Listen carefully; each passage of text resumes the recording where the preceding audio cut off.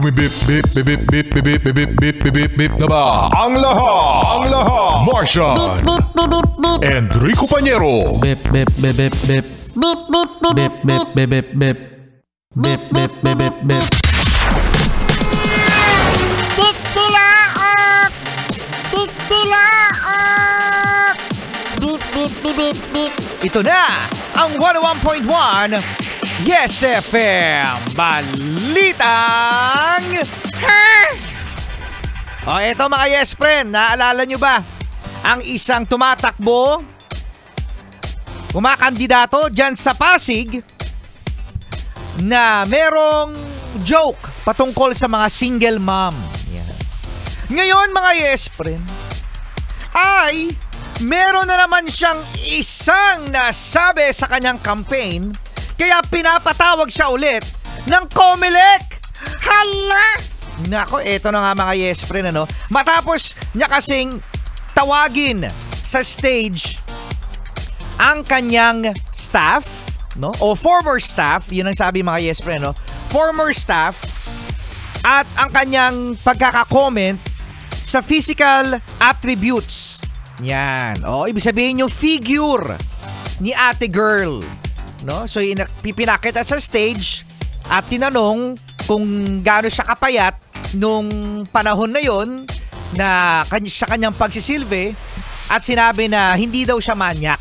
So, eto na nga mga Yes Friend, dahil doon, pinagpapaliwanag na naman siya. Pinagpapaliwanag na naman siya sa COMELEC. Si ano yan? Si Attorney Christian Silla. Oo. Ayun nga mga Yes Friend. At nilabag niya di umano ang Anti-Discrimination and Fair Campaign. Okay. At isa pa. Eto pa. Bagong-bago lang mga Yes Friend.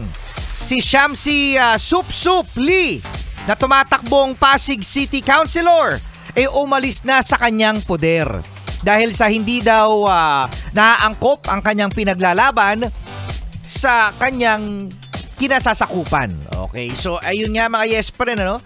Ito nga mga bibig ng ilang mga politiko medyo parang mas nagiging offensive sa mga kababaihan sa pamamagitan ng kanilang speech.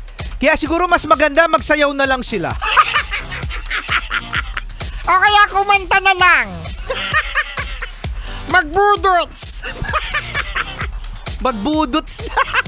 Magbudots na lang daw. Kasi mga Yes Friend, minsan parang yung boundary nawawala na eh. Tapos minsan hindi rin nila alam, nakaka-offend sila. No, basta yun nga. Sa mga politiko mga Yes Friend, hanggat maaari, huwag kayong magtapo ng joke patungkol sa ibang tao. Okay? Mag-joke kayo sa inyong sarili. Yeah, para nang sa ganun, wala kayong ma-offend. Para nang sa ganun mga Yes Friend, hindi kayo ipatawag ng COMELEC not just once, but twice. Ayun nga, but twice.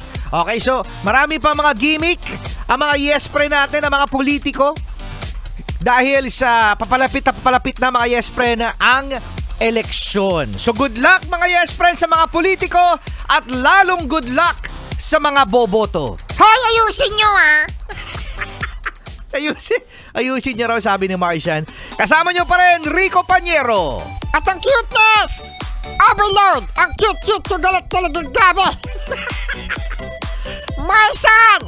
Nanggigigil ako! Isang cute-cute ko! Heto na! Ang tiniguro ang dating national anthem, ang Selos by Shaira. Eto na! Sama niyo pa rin! Martian, Rico Panyero, Yes FM Challenge!